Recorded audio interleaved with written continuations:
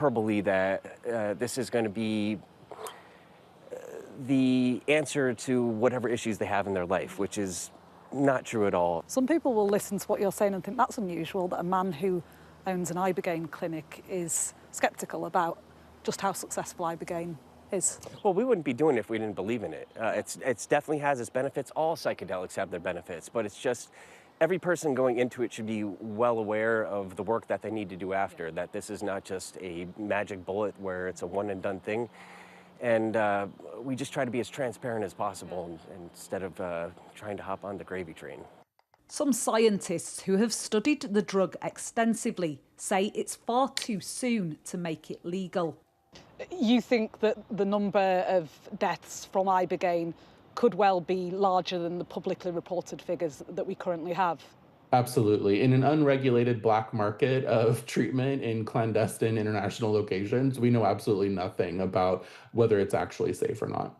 That's quite scary, isn't it, given what we're hearing from the White House at the moment about trending towards the possibility of federally, approving ibogaine. That's quite scary.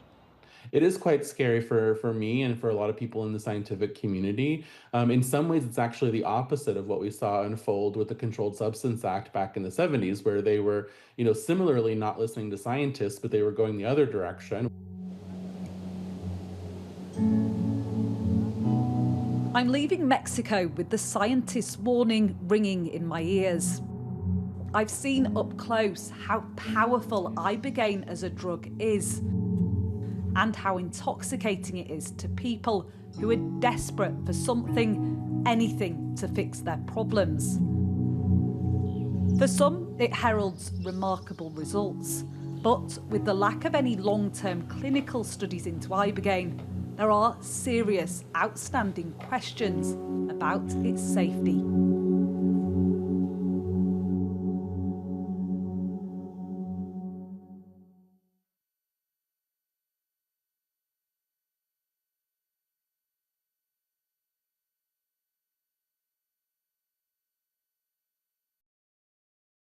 The best thing about being a Sky News journalist? I'm going to take you behind the scenes here for Election Night Live. They have gone up and up. Big Sky News journalist. Ed Conway, Sky News, is anyone going to talk to us? Mortgage rates did go up very sharply during your time in office. Here it is. First off, just the scale of what we're looking at. Our data shows it's been happening. Question is why it hasn't been stopped. Jubilation in the streets, while some emotional. This is a political victory for Prime Minister Modi and his Hindu Nationalist Party. I'm Neville Lazarus, and I'm Sky's reporter based in Delhi. Companies like these are helping India in its trajectory to be a serious player in space exploration. Sky News, get the full story first.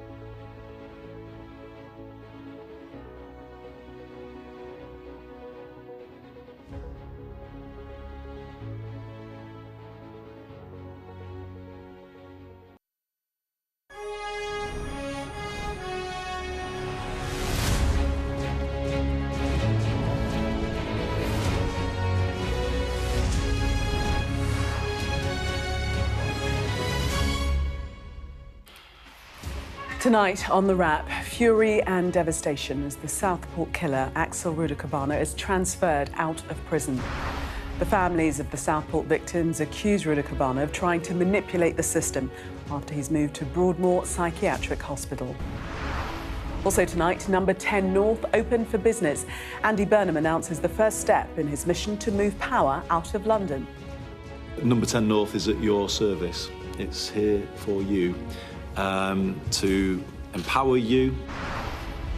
More than 200,000 people evacuated across Western Europe as forest fires burn out of control in France and Spain. Donald Trump attends the rescheduled White House Correspondents' Dinner tonight as he threatens a new escalation in the war against Iran. Jurgen Klopp begins his reign as Germany's head coach, but threatens to quit if the media invades his family's privacy. We discuss the day's biggest stories with the Westminster editor for The Lead UK, Zoe Grunewald, and the political commentator, Benedict Spence. Plus, the first look at the front pages of tomorrow's newspapers at 1:30.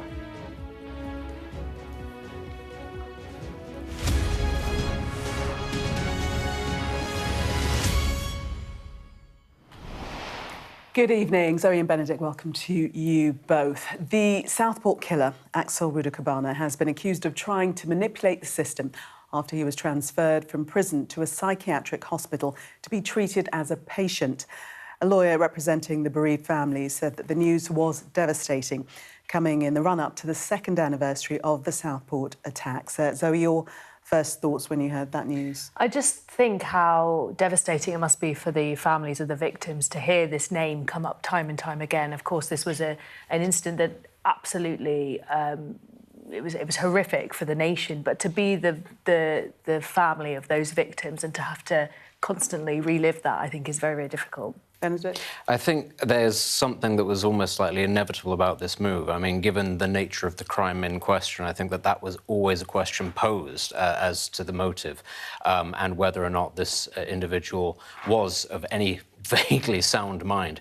I would sort of guard against the idea, though, of suggesting that this is some sort of cop-out, that he's somehow escaping justice. Just because Broadmoor has been renamed to psychiatric hospital and it costs an awful lot of money to put there does not mean exactly that Axel Ruder-Cabana is going to be having a nice time. He's going to be still serving at the pleasure of the state. He's not going to be getting out of there anytime soon. Well, let's take a look now at our North of England correspondent Shingi Marike's report on this story. Almost exactly 2 years ago, Axel Ruder-Cabana carried out a harrowing attack on a group of innocent children. Girls who were simply enjoying a dance class in their summer holidays. Ruder-Cabana was sentenced to life in prison for the attack, but it has now emerged the 19-year-old was transferred this week from HMP Belmarsh to Broadmoor, a psychiatric hospital. 3 children lost their lives that day in Southport. Elsie Dot Stancombe, Alice De Silva Aguirre, and BB King. Today, the girls' families questioned the decision to move their killer, with their lawyer telling us they feel Ruder-Cabana is playing the system, only adding to their pain. We believe he may be manipulating the system. We believe he's doing it to gain special favours. It may be the fact that he's trying to re-traumatise the families again, because it's a repeat event of the second anniversary. And what is deeply concerning to me, that for however long he holds a breath, he's going to continue to do this, and we must prevent that from happening again. They want to fight the decision, and they're asking the people in power to listen to them. We need to understand in as much detail as possible why, express our concerns, and then if that means meeting the government, the Secretary of State, or whoever it is, Andy Burnham, then that's what we will wish to happen. Axel Ruder-Cabana's actions deeply impacted the community here, shocking the nation. The decision to transfer him from Belmarsh to Broadmoor has raised questions, not just from the families of his victims, but also high-profile political figures too, with concerns this represents a shift in his treatment from a prisoner to a patient. But according to this expert, the decision to move Ruder-Cabana would not have been a simple one. It's very difficult to pull the wool over eyes. There's far more scrutiny. It's far less private. You can be monitored and watched all the time. Your liberty can be restricted even further. In a statement, the MOJ said, the families of those murdered and injured in Southport will be in this country's heart forever, and our thoughts remain with them. Any decision to transfer an offender is made following an independent clinical assessment under the Mental Health Act. Following rigorous security checks, the offender has been transferred to a high-security psychiatric unit, where he will remain until assessed fit to return to prison. The decision to move Axel Rudiker-Barner might have been a complicated one, but it's a measure the victims' families say is adding to their pain and means their search for answers and clarity continues. Shingi Marike, Sky News, Southport. And Zoe, do you understand the families of the victims' claim that it's adding to their pain and also that Rudiker-Barner is trying to manipulate the system? I think anyone can understand why families might feel that way.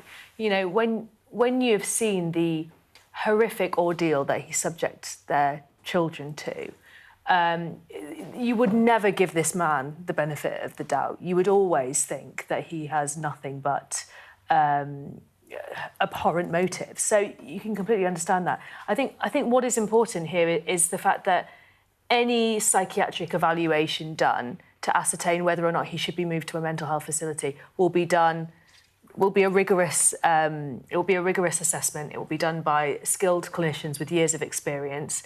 And once that's done, under the 1983 Mental Health Act, ministers don't get a say then in whether he can be held somewhere else. That is the clinician's job. So it's very complicated.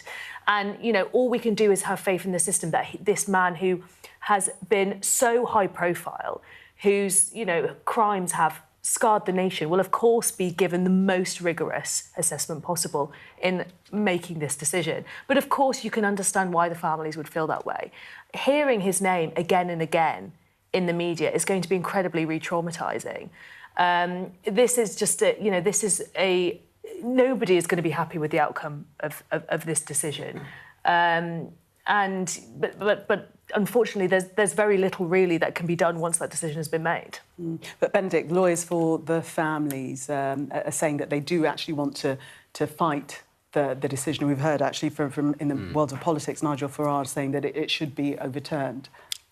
Well, I think a lot of people think that it should be overturned because actually they don't even think prison is good enough for Axel Rudiker-Barner, and there is a sense that if he is in prison, something unfortunate may befall him. And, you know, a lot of people would say that that is a semblance of justice, but that does make a murderer of somebody else, potentially, and it's not, in fact, something that we should do. And it's an odd situation that we have now in this country where we have abolished the death penalty, but there is almost a sort of a wink-wink, nudge-nudge sort of situation where particularly nasty people, child molesters, for instance, or high-profile rapists, well, they won't get out of prison anyway because something will happen to them because those kind of people will do the state's dirty work for them. And I think that often that is implied when it comes to this sort of rhetoric about individuals being in prison. Well, they're not going to enjoy it very much. And this, I think, also then comes hand in hand with the attempts to destigmatise mental health in this country. When we think of a psychiatric evaluation or mental health facility, we don't think loony bin. We don't think of somewhere where people are locked up and they're put in a straitjacket and thrown away. It's seen as a much more sort of, well, it is an attempt nowadays to understand, to try to heal rather than just to get rid of.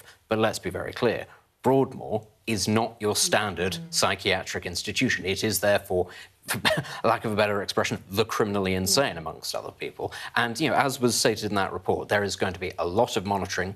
The people that are doing the monitoring, they're not, you know, they're not a nice, kindly nurse or something who's, you know, trying to make you a cup of tea and try to cheer you up. These are hardened professionals who have dealt with the worst kind of human beings before, and they will not be the sorts of people that will have the wool pulled over their eyes. Axel Rudiker-Barner will not have an enjoyable time. He will effectively be drugged for most of his time there, and it won't be sort of a happy kind of, you know, induced sort of thing. It'll be, if he is deemed to be violent, to prevent him from being violent. And if at some point he is cured, he will be going straight back to prison. There is no cop-out for him. Yeah, and it's worth mentioning that the 52-year sentence that he received, he will continue to serve that. It's not being reduced or anything. As you say, if he improves, then he will return to prison. But, I mean, it's quite interesting, though, hearing from the Prison Officers Association, they're saying he's playing the system. His entire sentence should be spent in prison in solitary confinement, and that's from the Prison Officers Association. Yeah, and it's an interesting intervention because, of course, you know, they're entitled to their view, but I don't understand how that view matches up differently from the view that's given by trained clinicians who have made this decision. You know, I think I think Benedict's absolutely spot on. I think that there is a feeling that being moved to this kind of facility opens up the possibility of treatment. Like, there is something that can be done for him to change his ways. And of course, if you are, in any way connected to this case, if you are a family member of the victims, if you live in Southport, if you even just watched it play out in the news and saw the way it scarred the country as we all did, you would think that is as a knee-jerk reaction, you would think that is a horrific idea. As you point out, he is still going to serve his sentence. Broadmoor isn't going to be a cuddly place to reside. It is still going to be. He's very much going to be serving his time. But the sort of treatment he will get will be different in terms of it is now a medical issue. He is now going to be seeing clinicians day in, day out. Clearly, they feel this is the best for the safety of other inmates and his own safety as well. And I think we need to take that into account when we consider what went into this decision. We'll keep across, obviously, whether the decision is overturned and the families get their wish. Let's move on to Andy Burnham now, who's unveiled the first tangible evidence of his ambition to shift power out of Westminster, opening what he's called Number 10 in the North, in Manchester, the nerve centre for a more devolved system of government. Well, the Prime Minister dismissed criticism that it was just a gimmick, different from Boris Johnson's goal of levelling up. But the opposition said that moving Number 10 to the north would not make decisions any better. Our political correspondent Lucy McDade reports now from Manchester. We will take power back from Westminster and Whitehall and give it to the place where you live. It was a bold promise from the new Prime Minister, and this is what it looks like. Number 10 North, smack bang in the centre of Manchester, a nondescript, high-security building inside the decisions that could define the Burnham government. A new era for Number 10. I think this might be the best day of my life. I'm not joking either. And for the man himself, who will now spend at least one day a week here. Isn't it better that we have a North Pole that balances the South Pole of our country, where power will always be concentrated, but at least it creates that sense of a more balanced country and that big things can be done from here. And on Andy Burnham's first Friday in this newly crowned engine room, Cabinet, regional mayors and ministers assembled to talk priorities, growth and making Britain better. Oh, this is exciting, isn't it, everybody? Good afternoon. It was a great meeting. It was a lot more positive than previous meetings. But again, it's about delivery, isn't it? It was always going to be clear that Andy was going to double down on fiscal devolution. But to hear that today, to hear it actually come out, to make sure that's solidified, and for him to put his neck on the line to say that he's going to deliver that was music to my ears. I actually feel really energised, really buoyed. It was a really constructive meeting. We had all the mayors there. Of all the announcements made by the new PM, this has piqued people's interest. The aim to make policy in Manchester that's felt everywhere, on council house building, transport, public utilities, and that often used phrase, economic growth. But this building is just the beginning. From 2032, Number 10 North will be based here, a new campus not far from Manchester Piccadilly. Hundreds of civil servants will be hired locally, but also relocated from Whitehall. I think it will be an attractive proposition for some civil servants. The key about Number 10 North is going to be what's its longevity. You know, is that just about this Prime Minister and his priorities? So you take a chance to go there and that then disappears. Suddenly there's no longer a Number 10 North that you've been working in because a new Prime Minister comes in and he's not interested in it. Speaking from South Wales today, Kemi Badenoch thinks this is a gimmick. Moving Number 10 to Manchester does not make decision-making any better. It's just creating another branch of the civil service in a different place. We did this, we moved parts of the Treasury to Darlington. Boris Johnson had a levelling up agenda. George Osborne had the Northern Powerhouse. It's the actual decisions that are being taken that matter, not where you move people here or there. But those who back Andy Burnham believe this feels different, a new northern pillar of power. But to get done what he wants from Number 10 North, the new Labour leader must get more time from his party than those who came before him. Lucy McDade, Sky News, Manchester. Well, as you can see, our political correspondent Rob Powell has joined us. And Rob, First of all, is Kemi Badenoch right? Is it a gimmick or is there real substance to number 10 North? I mean, listening to Andy Burnham, you don't get the sense that, you know, he believes it's a gimmick. Not that that necessarily means it's not a gimmick. I kind of think there's two tests that will decide whether it's a gimmick or not. The first is, I think, how serious he is about genuinely putting actual power and influence in this place. Because if you are putting new powers, taking powers and putting them in number 10 North, you know, by definition, you're taking them away from somewhere else. And so how determined will he be to tell those people that he is taking power away from that, no, this is not being done in Whitehall, this is not being done in Downing Street, this is not being done in London, this is one that's going to be decided in Manchester. It's something that sort of sounds easy, but actually, you know, old habits die hard. And if you're trying to kind of break traditions that have been developed over generations, it might end up more difficult. And then the second one for me is about the kind of broader staffing up there. You know, we know that they say Louise Haig's going to is going to work from there, Angela Rayner's going to work from there. They're going to have, you know, a deputy chief of staff that is the number 10 chief of staff in the north to kind of mirror in the south. And we know that some civil servants are being offered packages to move up there as well. But kind of when I was thinking about other big public institutions or big bits of the state that have sort of done things similar to this and decentralised, say the BBC that went to Salford and moved a lot of its operations up there, at first, you basically had the BBC trying to move a whole load of journalists that didn't really want to go to Salford up there and kind of pay them off to make them go there, which seemed a little bit counterproductive. But when it really seemed to actually work was when they started recruiting more widely around the northwest. And that's when you start to bring people in that are more ingrained in communities in the northwest and bring that kind of like decades of knowledge that will be built up from actually living in the place they work, rather than just picking people up from London and putting them somewhere that they don't necessarily want to be. So, you know, is that going to happen? Because then I think if those two things happen, you might have the power and influence coming out there, but you might actually have the knowledge from people that actually live in the area to inform those decisions that are being made there and ultimately make them better decisions. Because, as Kemi Badenoch said, a bad decision in Manchester is a bad decision. Yeah. So it's about whether you get better decisions. Yeah, but we read, Zoe, that number 10 North will recruit locally and civil servants will be relocating from Whitehall. So it's a mix of both. Yeah, and that's really, I think it's a really interesting point because, of course, you need some of that institutional knowledge to go up and create number 10 North. You need the people who know actually what number 10 looks like to go and create the project. But then you need to bring those people in, and that's when you start potentially getting those areas of magic, but also those areas of clashing. You know, if you have people who are really set in their ways about how something should work, you know, this is how it works in number 10 in Whitehall, and then you have the newer energy, you know, the people who have worked in the north around Manchester for some time. You've got the metro mayors, for example. They have a different way of doing things. It's trying to make sure that they can all come together, and you're always, in politics, you're always going to get some infighting. We know that. We saw that in the people around Keir Starmer. There was a lot of it shoving and pushing and shoving and in and out.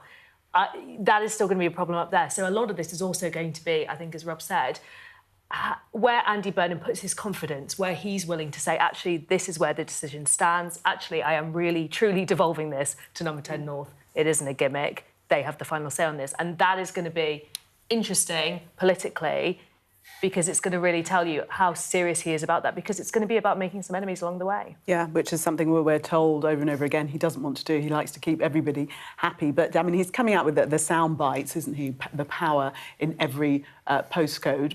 But the North isn't just one homogenous that's blob. kind of my, you know, that's why I think all of this will be seen as a gimmick, even in great swathes of the North, which I know it might come as a bit of a shock to lots of people in London, but it's not just Manchester. There's a lot more there. You know, there are some other very large cities, and there's also a whole other country north of Manchester as well, which has a national capital, which has also had a really long ongoing conversation about maybe even leaving the Union because it feels it's not represented. And I think a lot of people in Scotland, that is what it's called, will be looking at this and going, now, is this actually about devolving power and handing out more power to people outside of London, or is it because Andy Burnham lives there? Is that, in fact, why he's given it there? Could it have been Leeds? Could it have been Birmingham if he'd been the mayor of Birmingham? Could it even have been Liverpool if he decided not to leave there? You know, that's, I think, the sense that a lot of people will have with, at a time when government is really creaking and there's a lot of questions over the efficiency of, say, large swathes of the civil service and government waste, is what Andy Burnham is doing changing that? Is he improving the system, or is he just moving it from over here to over there to make it a little bit harder to scrutinise, to add extra layers of bureaucracy, to make more people that you have to talk to, more hoops that you have to jump through?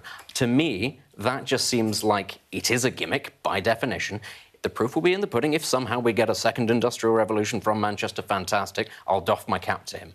But at this moment in time, with maybe 2.5 years until the next general election cycle kicks off, that's not going to happen. And I do think a lot of this is all about, at the very start of his premiership, trying to be positive, trying to be on the front foot, trying not to do the Keir Starmer thing of going, oh, everything's rubbish and there's a black hole in the economy that we didn't know about and it's going to take 10 years. He's trying to come out with lots of things that are going to dazzle people and they're going to think, it's change. Will it actually deliver any kind of change? I don't think so. Not on his tenure, anyway. Well, it remains to be seen. Call me a cynic. Call me a cynic, but that is my role. But certainly his positivity rating is quite high. I mean, it's only 3%, that's the margin, but the highest since Theresa... so it's a plus. The highest since Theresa May, apparently, when she came to power. So he's seemingly doing well with the public in their estimation. Yeah, I mean, I don't think there's been a kind of... I guess to use the sort of awful lingo, the Burnham bounce or whatever, I don't think you've seen a necessarily huge surge and turn in the polling, maybe quite yet. I think the Salvation had a party polling out today which showed that Reform's still, I think, a point ahead of Labour at the moment. But that said, I think they'll be very pleased with how the first 5 days, have gone. But, look, as Benedict was suggesting, I think there are still big holes and in the policies that had been announced, but also big question marks over the really, really big trade-offs that he'll have to address in the long term. Next week we're expecting a speech about social care.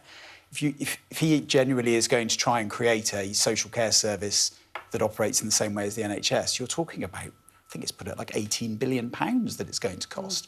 So, but where is that money going to come from? The Financial Times has a headline this evening, a familiar headline, saying Healey faces spending cuts or tax rises as fiscal headroom drops from the £23 billion that Reeves left it at the last budget down to, they estimate, 7 or 8 billion now. So these are the really, really hard trade-offs that in the long term, I think, much as they define Keir Starmer's premiership, will probably define Andy Burnham's premiership. But look, for this first week, it is more about sort of vibe-based policy making, I think. And measured on that metric, I think they'll probably believe it's been a success. Yeah, it's all about the vibes. All about the vibes in the first week, and then the hard work starts. For now. Let's turn to Europe now. Mass evacuations have taken place across France and Spain as wildfires sparked by the summer heat waves tear through parts of the countries. This evening, officials said that more than 200,000 people in southern France and central Spain had been forced to flee their homes. The extreme temperatures seen on this map have resulted in a national emergency being declared in Spain. And in France, 2 fires are threatening a major tourist hotspot in the south of the country. Sadia Chowdhury reports. Residents have long gone. Left behind are their homes, businesses, and the Spanish Civil Guard. They've been tackling this and 2 other wildfires in southwest Madrid for days. Blazes that are being fanned by a heat wave that shows no signs of let-up. The Spanish government has declared a national emergency. That brings the police and security forces in charge of this huge firefighting effort. The vulnerable and most beloved being rescued first. The Prime Minister has been holding emergency coordination meetings. He addressed his nation on social media. I want to extend my full solidarity to all the people who are watching as the fire scorches their woodlands and threatens their homes. The government has deployed all available resources. It will stand by your side during the emergency and in the recovery. Smoke from the blaze is visible even from a distance. This fishmonger among those evacuated. All around the town was smoke and fire. I was scared. Everything was just fire and smoke. People were nervous. The elderly were walking one after the other. It makes you feel bad. Europe is the world's fastest warming continent. In southwest France, more than 34 square miles have already been burned. This fire raging since Wednesday. We were evacuated, I think it was around 2 a.m. The flames were behind the house, then they receded, and now, I don't know, I just don't know. We're just waiting for news. More mass evacuations on the Atlantic coast after 40,000 had already left, some on boats, residents and tourists alike. We have to evacuate all these people because we are not sure of the way the fire will end. All these wildfires are not usual here in this part of Europe, in southwest of France, but since maybe 5 to 10 years, it's more and more coming every year, and we think it's due to climate changes. France has asked the European Union's civil protection mechanism to be activated. That would bring an international effort to help bring these fires under control. Sadia Chowdhury, Sky News. We have already seen international intervention, rescue arriving courtesy of the EU, with hundreds of firefighters being deployed. So Croatia, Sweden, the Czech Republic, Slovakia, Portugal, Italy and Greece lending their help to France and Spain. Yeah, and it's something that we are seeing now increasingly across southern Europe as wildfires, which didn't used to be a phenomenon on the same scale, although admittedly they weren't monitored to the same degree.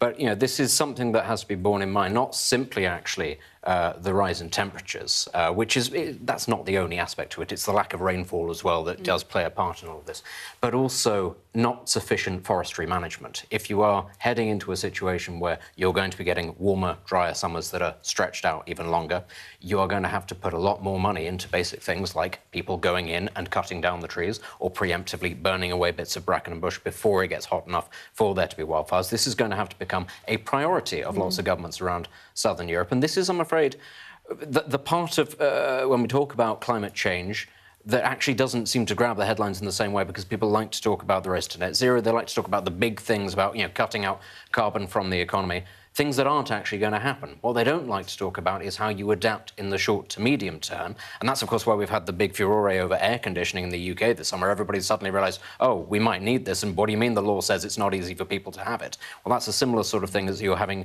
in Europe, where it's the case that actually houses are more than prepared to deal with the heat. What's actually not prepared for it is the countryside in the same way as it used to be. That's how they're going to have to adapt in the short term. Yes, and as you say, we also have to adapt here. But it is this lack of preparation that keeps, you know, jumping up to bite us, that we know that the climate is changing and that summers are getting hotter, but the preparation has not been put in place. Yeah, and I think here in the UK, you know, culturally we are so acclimatised to talking about it being too cold. So we have the winter fuel payment, for example. You know, we have lots of conversations about whether people are going to be able to heat their homes. You know, culturally we are just much more attuned to it being too cold. But the heat wave in the UK, I mean, they're coming earlier and they're lasting longer. We've just left one. We're just about to go into another one, although you might be forgiven for not thinking we ever left one, because it has been hot.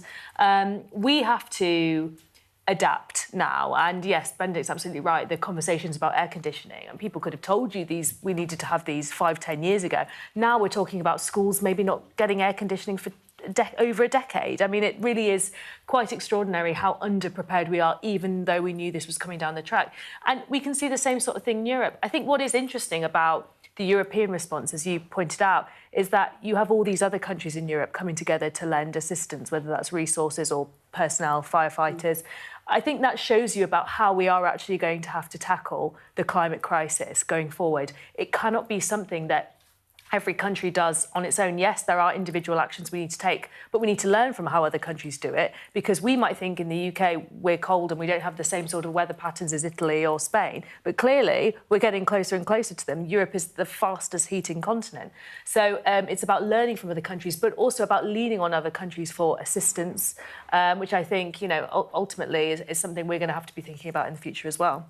But it does seem, though, that the problem is imminent, and there doesn't seem to be anything that we can do at this point in time. When you hear from the regional emergency management chief in Spain, he's saying it's beyond our capability to extinguish these fires. Yeah, I mean, as you say, the issue is here now, but it's not beyond our capabilities to plan for, say, next year's inevitable fires, because there will be fires next year.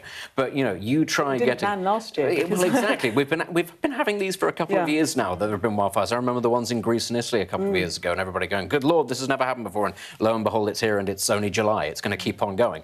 But the problem that then you run into is, and this is a problem that Europe does have, and the UK does have as well, which is the levels of bureaucracy in place to stop you from preparing for things. In a world where it is increasingly easy and cheap to desalinate water, and let's be clear, the Mediterranean is not lacking in water, there are all kinds of environmental laws to stop you doing these things. Again, in this country, when we had the first of the heat waves and people started going, air conditioning might be something that we need to install, and you had some scientists and politicians coming out and going, no, that's not the answer. That's not the answer because they they've got emissions as well. And you sat there going, yeah, but people will die or not be able to go to work. You know, you have to be sensible. There cannot be this Puritan attitude, which is, well, no, we can't allow there to be any sort of measures for the short to medium term because that will affect the long-term outlook. And you're thinking, it's here now. You can't stop thinking, oh, 5 to 10 years' time, we need net zero now because you have to be looking after people in the present. Otherwise, they won't go along with you. Yeah, we do definitely need to act right now. Thank you both for the moment. We're going to take a break. When we come back, we'll take a first look at what's making the front pages of tomorrow's newspapers. Do stay with us if you can.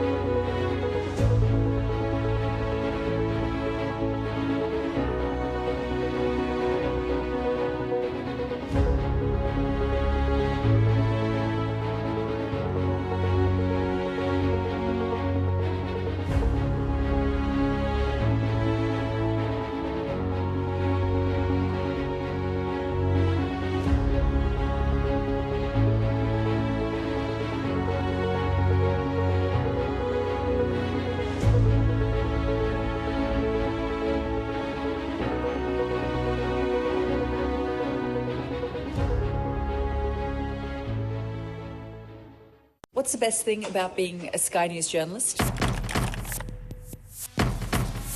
Who's funnier? Being a Sky News journalist. A special edition of The World with me, Yalda Hakim. Pakistan had the right to respond. You're like, what? A historic day here today. Congratulations, this is a huge moment. But what happens now? You are watching The Wrap. Time now to see what's making the front pages of tomorrow's newspapers. Well, The Express leads on outrage over a decision to move the Southport killer to a psychiatric hospital, with the headline, "Killer of Our Girls is Playing the System." The Sun reports that Ruda Cabana is causing new agony for the Southport families 2 years on. The Financial Times reports that the Iran war has narrowed options for the new Chancellor John Healey, with the nation's finances being squeezed. The Guardian carries an exclusive reporting that water bosses' total pay has risen over the last year, despite a ban on bonuses following outrage over bills and pollution. The Times carries claims from a whistleblower who says that Britain's net zero strategy risks blackouts.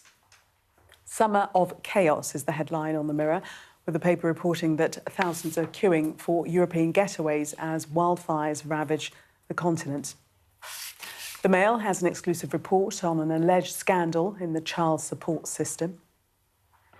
The Telegraph has a report claiming that Iran is helping asylum seekers to cross the English Channel in exchange for favours to the regime once they're in Britain. And The Star has news of a setback in former Coronation Street star Tracy Shaw's cancer treatment. OK, let's start with the FT. And this story, Iran war narrows Healey's options. John Healey is under mounting pressure to raise taxes or find savings as fresh spending commitments and the Middle East war threaten to shrink the new Chancellor's fiscal buffer to just $7 billion. And previously it was at $23.6 billion in March. Zoe. Yeah, I mean, you could have picked this headline out of any paper in the last sort of 6 months, probably. I mean, it's very frustrating for any chancellor that basically anything they want to do here in the UK is kind of at the mercy of what Donald Trump is deciding to do in the US and the Middle East. I mean, any chancellor is under mounting pressure to raise taxes or find savings is pretty much what a chancellor does. But of course, the fact that the fiscal headroom is so closely tied to what the global markets are doing is just incredibly frustrating. And all of this comes in the backdrop of the fact that we know that Andy Burnham has been elected on or not elected, he has been brought into the Labour government on a soft left ticket. People around him will not want him to cut spending. They will want him to raise taxes and somehow find money to, whether it's by borrowing, to pay for the things that he's promising. This just makes it much, much more difficult. And it also puts pressure on Andy Burnham to make clear how he's going to approach Donald Trump going forward. This is another issue that's pretty live, because we know that Keir Starmer, at first, he was pretty malleable to Donald Trump. He gave him that invitation from the King. He tried not to cause any issues. It actually didn't do Keir Starmer many favours at all. There are lots of people around Andy Burnham who might want him to be a lot stronger on the president, but at the same time, we know what happens when you get on the president's bad side. He can try and slap tariffs on you. He can do all sorts of things that can make life very, very difficult. So what you have here is the perfect example of the two big issues facing Andy Burnham's government, which is the economy and what he's going to do about that, how he's going to pay for his promises, but also how he's going to approach Donald Trump and the war in the Middle East. Yeah, Benedict, that's really interesting. How do you think he's going to approach the US president? I mean, is he going to go harder than Starmer? What can he do? Or is he going to try to carry favour? What can he do? He can't. The thing about the conflict in the Middle East is it was an inevitable conflict given the positions that all the belligerents had taken. One of them was going to kick it off at some point, and this idea that it could have been avoided indefinitely is a foolhardy one. And the same thing will happen eventually when Taiwan is sucked into the fold of China and people will go, good Lord, who could have foreseen this coming? Only everybody talking about it for the previous 20 years. The UK has made itself beholden to great power blocks overseas. One of those is the United States, another of those is Europe, and another of those is the Gulf region. And that is largely because, one, they are our closest trading partners in Europe, one, because they are the largest energy suppliers in the world, that's the Gulf, and one, because they are the most powerful country on the planet, the United States. Britain has decided that it is going to allow itself to be pulled in every which way by these competing powers, and it is going to prioritise other things over its own economic growth. That is the other key takeaway here, which is that growth has been anemic since 2008. It's not even real growth when you see it. A lot of it is just GDP figures, not even GDP per capita, and a lot of that's down to immigration, ultimately. That is why we are in the mess we are in, because we are not creating the wealth for us to be able to tax. And this is the problem that Healey is going to face, because, yes, he's going to get a lot of pressure from the backbenchers not to cut spending in key areas, certain areas that various constituents will be very upset if those things are cut. However, the tax burden is already at its highest point since the height of the Second World War. And in fact, as far as I'm aware, it's the only time that it was high beyond that was the Napoleonic Wars. This is a record high. There is not that wealth to be taxed anymore. I know there is this belief that there are super rich people and they're just waiting. You just got to find them. But no, most of them have in fact left, and they've taken their wealth offshore because they saw this coming. Well, some of them want to sign up to pay more tax. 120 well, there might be others out there. 120 millionaires who, let it be very well understood, are perfectly within their powers to pay that tax now, if they would like. It is simply because they feel other people should pay the tax. That is what that... When people like that come out and they say, we think millionaires should pay more tax, they don't mean them. They don't mean Gary Lineker, who has just undergone a huge court case to try and pay less tax, let's remember. He doesn't mean him. He means other people. Who those people are? He won't actually say who those people are, but they're out there somewhere. You just got to keep looking under the rocks. It's not as if they've already been scared off by the economic situation in this country. But these are the problems that John Healey faces. I don't face them. I don't envy him in that position. But they are nodding towards business, though, and the growth that you're talking about. We've seen the concessions made to pubs that's been brought in, being criticised for being too little and not enough, but it's a start, isn't it? I think what Andy Burnham is probably going to have to do, and John Healey is probably going to have to do, a number of small things. But the problem with doing a number of small things is that it doesn't leave you a lot of headroom. And I think what is going to happen is there will be a raft of measures announced. Some of them will be eyebrow-raising, some of them will be predictable. Remember, Andy Burnham has boxed himself in by saying he's not going to break any of the manifesto pledges, so we're not going to see rises to income tax, VAT or national insurance. There's still things he could do potentially with capital gains tax. There's still things he could potentially do with devolving powers around council tax. There's the mansion tax. There are bits here and there that he can do. The problem is, when you do it incrementally like that, that's when the Iran war, what's going on in the Middle East, becomes even more important, because any of that little bit of headroom you've worked for yourself, you've worked really, really hard to get it, it could just be wiped out. So I agree with Benedict. I'm so glad I'm not John Healey. Oh dear. That's Nobody the wants to consensus be that we John. That's what we can He all only agree just on. got the job. He's probably feeling really upbeat as well. Oh. Let's move to The Guardian and talk about water bosses still having pay rises despite a ban on bonuses, but they've somehow skewed the system to allow them to still make a lot of money. Some of them have made an awful lot of money. I mean, the boss of Anglian Water is getting, what, 1.9 million in wages? I'm not sure that's an increase, but the chief executive of United Utilities got a £1.1 million pay rise. That's a staggering amount of money. But a key detail is buried slightly further down, which is that the overall rise in pay packets was only 1.5%. So it's not actually so huge. It's simply that there are a couple of standout individuals who have decided that, subtlety is not their thing, and they've decided that they would like to earn quite a lot of money this year. Obviously, this is going to really hit home, given that those of us who are served by Thames Water have just been told that we've got a hosepipe ban. More of that's going to come for other people as well. Everybody knows the state of the water system in this country. All of the pipes are leaking. We're not building enough reservoirs. We were talking earlier on about how it is that you prepare for climate change. Well, you would think fixing the water system might be one. And, of course, the conversations about whether or not the water will be taken back into public hands. This is, I think, why this is on the front page, because The Guardian understands this is going to become a very large battle for the government. It's going to be politically very popular for them to try to take water back into public ownership, but it is going to be very expensive for them to do as well, and it's going to be a very long fight. Something that Andy Burnham suggested that might be done temporarily to bring water back into public control until it's at a level that's acceptable and people are satisfied with it. Yeah, I mean, and this is one of those issues that exercises people across the political spectrum. I mean, it would be hugely popular to say we are bringing water back into public ownership, or we are doing something to regain public control. The problem is, of course, it would be very expensive, and doing so you could possibly take on all the debt and all the maintenance costs as well.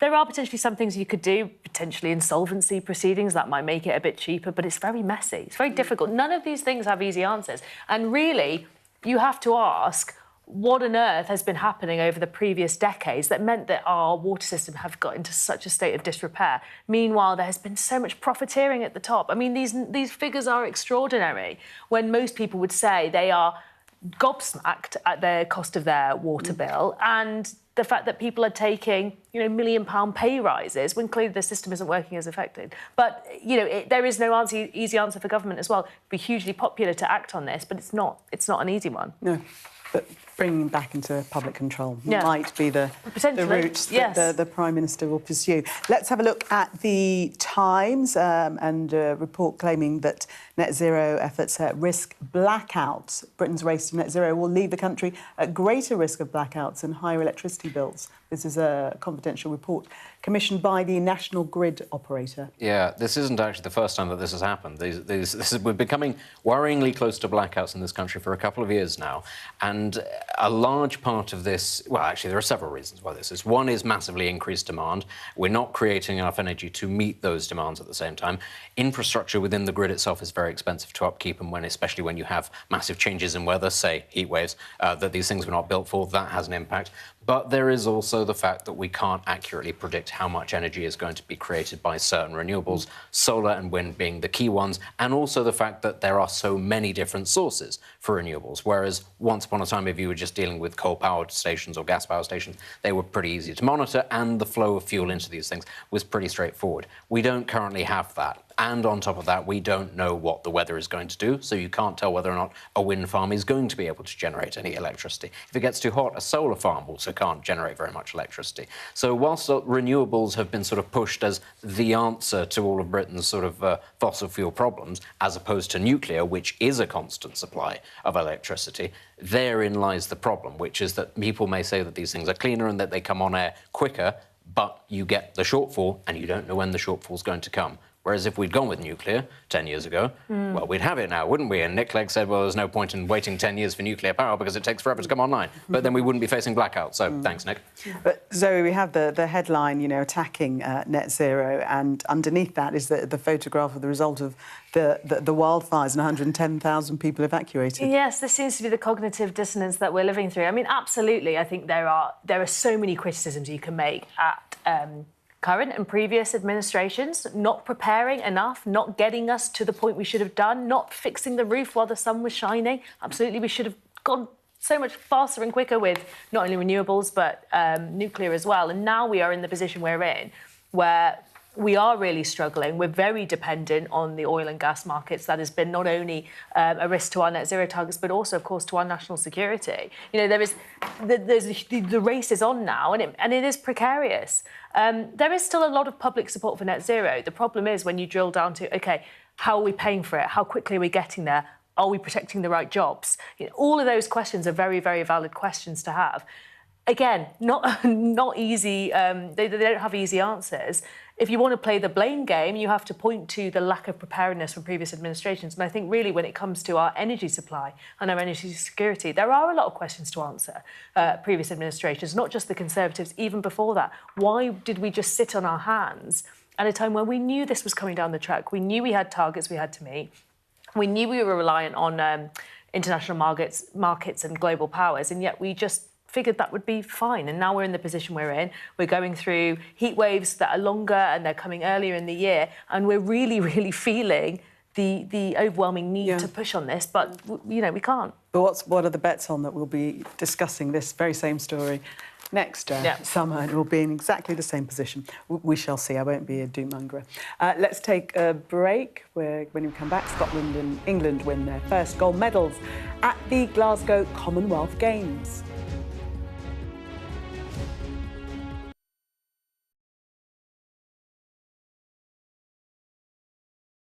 Okay, there's a lot of firing going on. Can you explain to me why? We're journalists, sir.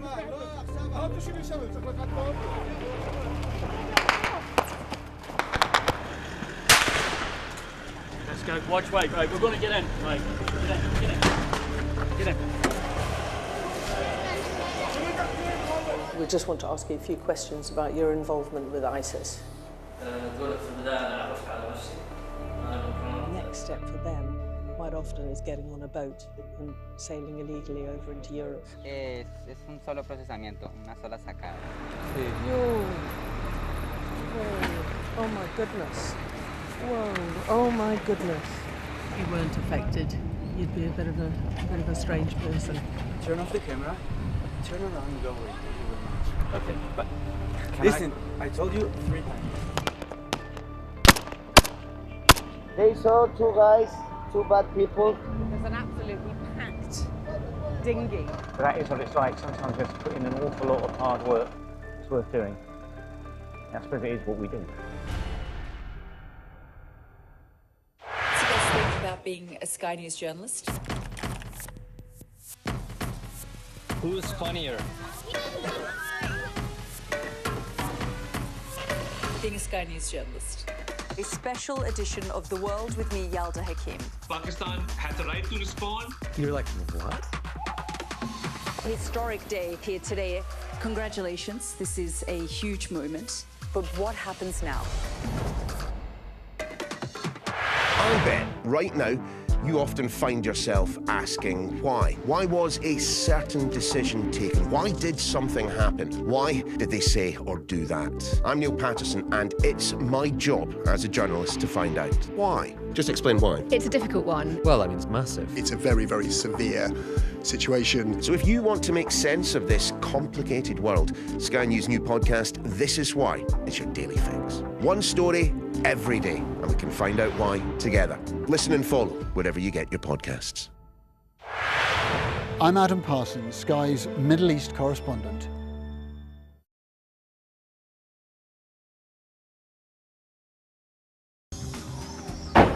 Hear that whistle and that crunch? We know that they're coming from the south of the city where there's a column of Russian armoury. I'm Alex Crawford and I'm Sky's special correspondent based in Istanbul. Look at that sheet of flames, and that has happened within minutes, and now it's coming from both sides and it's moving this way.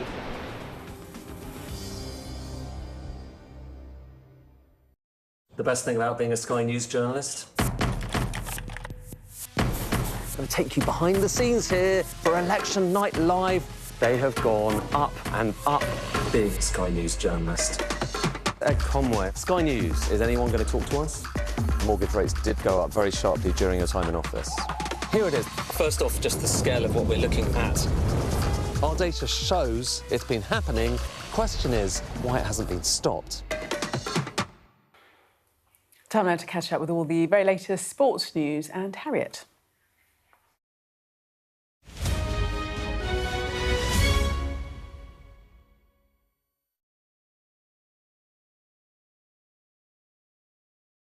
Right, let's talk Wimbledon. And from a British perspective, the real headline has come from breakthrough star Arthur Ferry, who was handed a wild card to the tournament but progressed to the semi-final.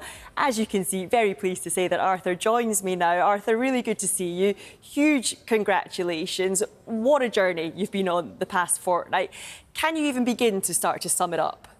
Yeah, it's been an incredible fortnight. 6 matches and lots of firsts for me. It's going to take a while to all sink in and process it all, but yeah, it's been incredible. Because you look at the stats, I mean, you became only the second wild card in men's singles history to make it to the semi-finals. You were ranked 114th in the world when you entered this tournament. Before it began, did you ever imagine that you could get through to the semi-finals? Yeah, I've always had a lot of self-belief in my ability to play against the top players in the world, and yeah, it was just a matter of stringing wins together, and you know, in those slams, if you want to do well, you have to win a lot of matches. So yeah, that was the case. Past 2 weeks, I was able to back up wins with more good tennis and keep going. So yeah, I've always had the self-belief, and it was, yeah, in my eyes, just a matter of time. And of course, beyond that second round in the singles, you were kind of Britain's only hope as we went through the tournament. Did you feel that level of expectation a lot more as the tournament progressed?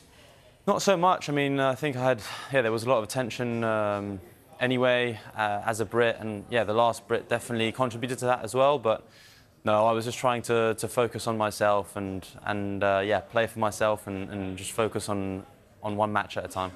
One of the matches that a lot of people are talking about is that Grigor Dimitrov match, because he's so well loved at Wimbledon as well. You then also beat Kaboli in straight sets. When you were playing those matches, how are you feeling in yourself? Because these guys, you know, seeded in the top 10 in the world, and you're beating them. Does that make you think, you know, I can really compete against these guys? 100%. The match against Dimitrov was, my first one on centre court and the second 5-set win in a row. So it was really a special moment. And then playing Kaboli in quarters, my first quarter-final in a Grand Slam. He'd done it before, but I felt like I was really confident that I could beat him. I'd beaten him in Australia, and that really helped me to believe that I could get it done. Yeah, then the game against Alexander Zverev, what are your takeaways from that one? Yeah, it was another step up against Alex Zverev. An incredible player. He was riding off that win at Roland Garros and was playing with a lot of confidence. Very tough to return his serve, and he was playing freely. So difficult, but yeah, a lot of lessons learned and valuable lessons that I'm going to bring forward. Yeah, and it was your birthday yesterday, men's final yesterday. Did you watch it? What did you make of it? Yeah, it would have been great to be playing the final on my birthday. I would have signed for that 2 weeks ago.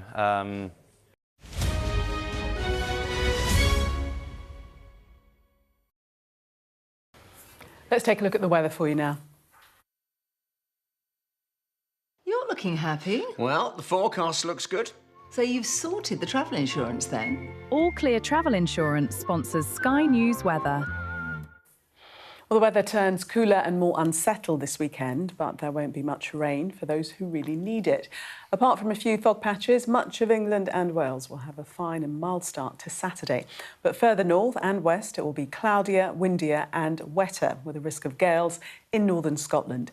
The day brings a transition to cooler and breezier conditions as cloudy skies and outbreaks of rain spread slowly southwards.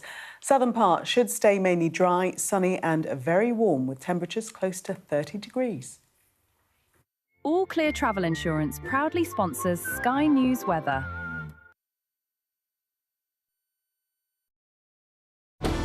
Jubilation in the streets, while some emotional. This is a political victory for Prime Minister Modi and his Hindu Nationalist Party. I'm Neville Lazarus and I'm Sky's reporter based in Delhi.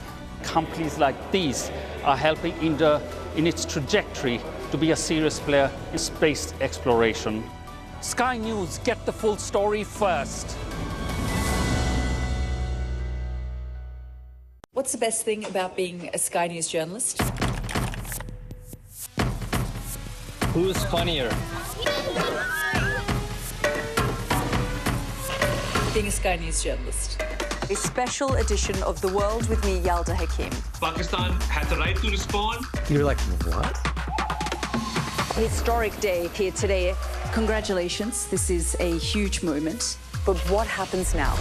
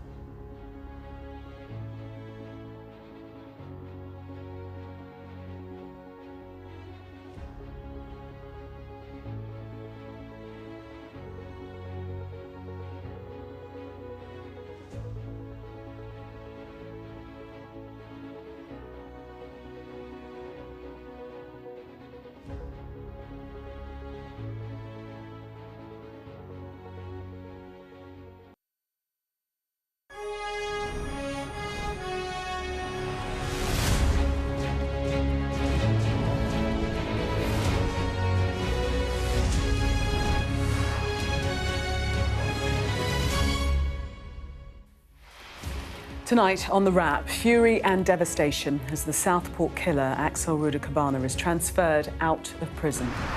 The families of the Southport victims accuse Ruda-Cabana of trying to manipulate the system after he's moved to Broadmoor Psychiatric Hospital. Also tonight, number 10 North open for business. Andy Burnham announces the first step in his mission to move power out of London.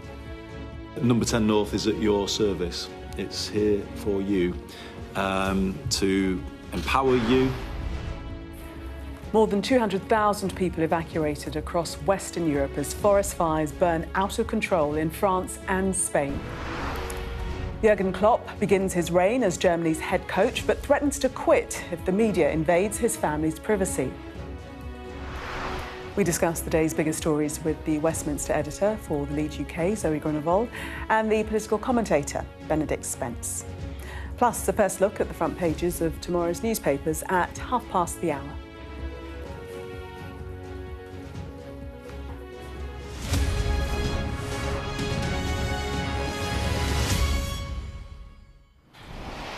Good evening. The Southport killer, Axel Ruda-Cabana, has been accused of trying to manipulate the system after he was transferred from prison to a psychiatric hospital to be treated as a patient. A lawyer representing the bereaved family said the news was devastating, coming in the run-up to the second anniversary of the Southport attacks. Our North of England correspondent Shingi Marariki reports. Almost exactly 2 years ago, Axel Ruda-Cabana carried out a harrowing attack on a group of innocent children. Girls who were simply enjoying a dance class in their summer holidays. Ruda-Cabana was sentenced to life in prison for the attack, but it has now emerged the 19-year-old was transferred this week from HMP Belmarsh to Broadmoor, a psychiatric hospital. 3 children lost their lives that day in Southport. Elsie Dot Stancombe, Alice De Silva Aguirre, and BB King. Today, the girls' families questioned the decision to move their killer, with their lawyer telling us they feel Ruda-Cabana is playing the system, only adding to their pain. We believe he may be manipulating the system. We believe he's doing it to gain special favours. It may be the fact that he's trying to re-traumatise the families again, because it's a repeat event of the second anniversary.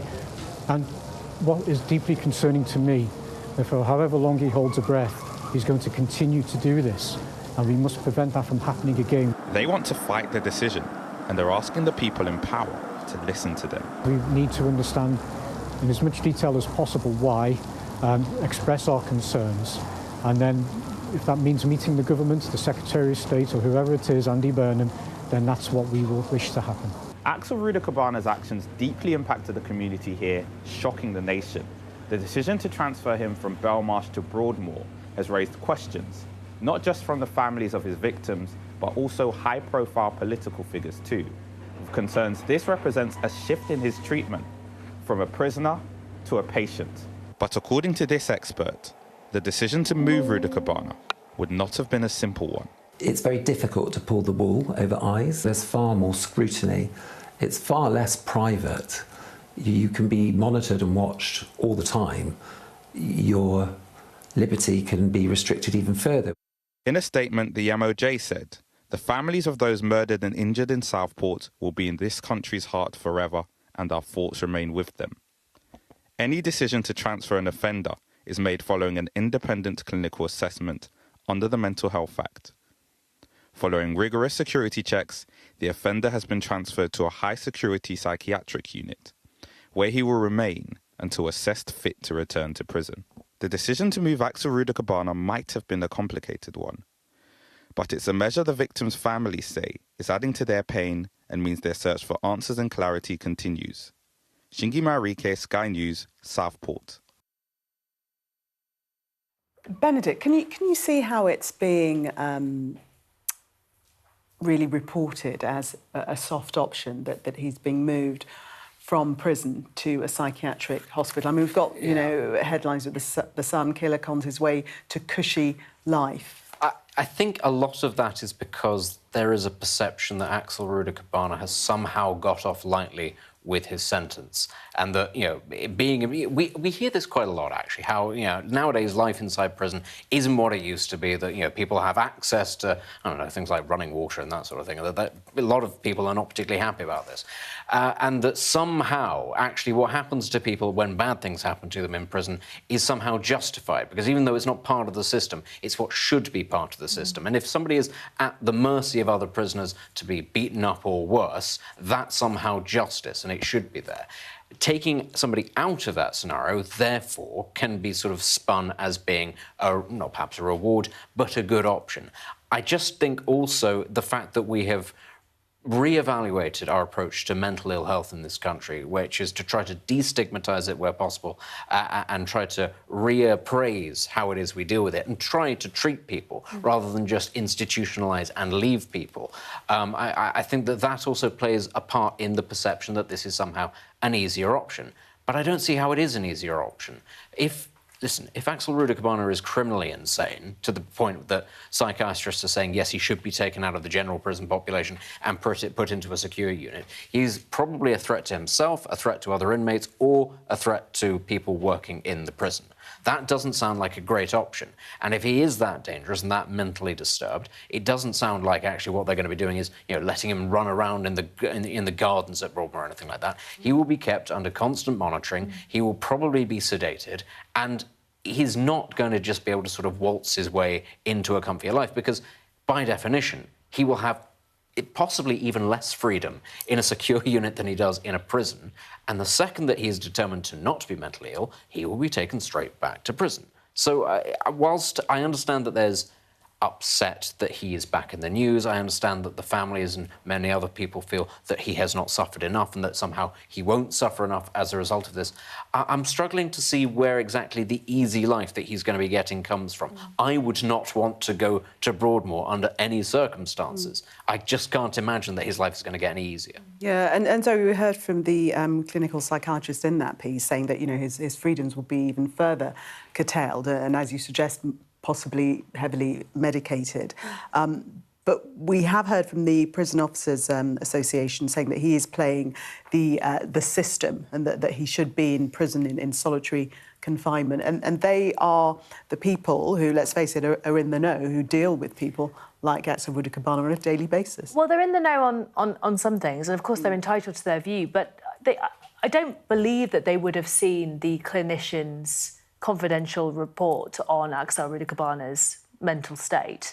Of course, they understand what it's like to be a prison officer and the sort of challenges they deal with, and they may indeed have commentary about the conditions that he might have been in, the conditions that their staff were in, the safety of their staff. They might even see how prisoners perceive and try to game the system, but I don't think they actually are able to make a informed assertion on Axel Rudikabana's mental state in the same way that a clinician who has assessed him and who has the capability and the specialism to assess him will have done. So, you know, that comment, I understand the frustration, and we know, we've been talking about prisons all week, we know how absolutely overstretched prison officers are and how difficult the job is, and I can completely understand the frustration, especially seeing a killer as high profile as Axel Rudikabana, whose crimes shocked and appalled the nation. I understand the frustration of seeing his name come up again in a way that is clearly going to re-traumatise families and people who have come into contact with him. But at the same time, I don't think this particular quote helps us, because I don't think they have access to information that really allows us to establish whether or not Rudikabana is gaming the system.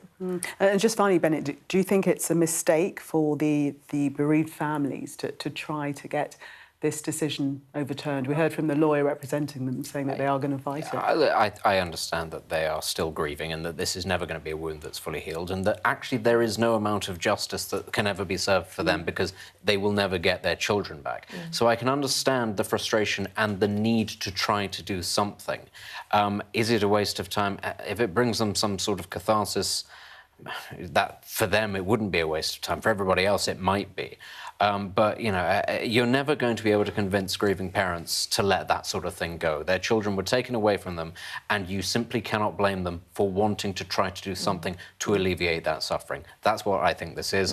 I don't think it's going to change anything, sadly, for them, but who am I to tell them that it's wrong for them to pursue it? Yeah, OK. Let us move to Andy Burnham next tonight, who's unveiled the first tangible evidence of his ambition to shift power out of Westminster, opening what he's called Number 10 North in Manchester, the nerve centre for a more devolved system of government.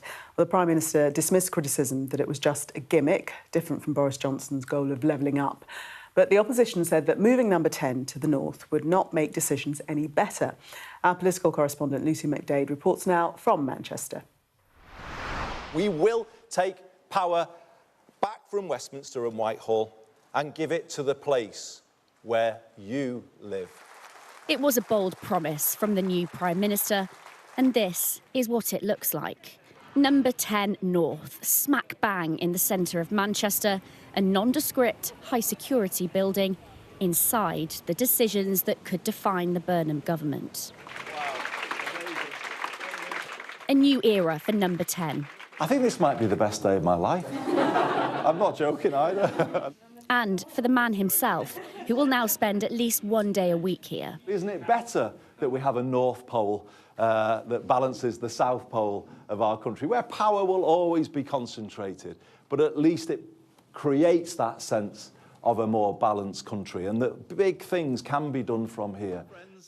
And on Andy Burnham's first Friday in this newly crowned engine room, Cabinet, regional mayors and ministers assembled to talk priorities, growth and making Britain better. Oh, this is exciting, isn't it, everybody? Good afternoon. It was a great meeting. It was a lot more positive than previous meetings. But again, it's about delivery, isn't it? It was always going to be clear that Andy was going to double down on fiscal devolution. But to hear that today, to hear it actually come out, to make sure that's solidified, and for him to put his neck on the line to say that he's going to deliver that was music to my ears. I actually feel really energised, really buoyed. It was a really constructive meeting. We had all the mayors there. Of all the announcements made by the new PM, this has piqued people's interest. The aim to make policy in Manchester that's felt everywhere, on council house building, transport, public utilities, and that often used phrase, economic growth. But this building is just the beginning. From 2032, Number 10 North will be based here, a new campus not far from Manchester Piccadilly. Hundreds of civil servants will be hired locally, but also relocated from Whitehall. I think it will be an attractive proposition for some civil servants. The key about Number 10 North is going to be what's its longevity. You know, is that just about this Prime Minister and his priorities? So you take a chance to go there and that then disappears. Suddenly there's no longer a Number 10 North that you've been working in because a new Prime Minister comes in and he's not interested in it. Speaking from South Wales today, Kemi Badenoch thinks this is a gimmick.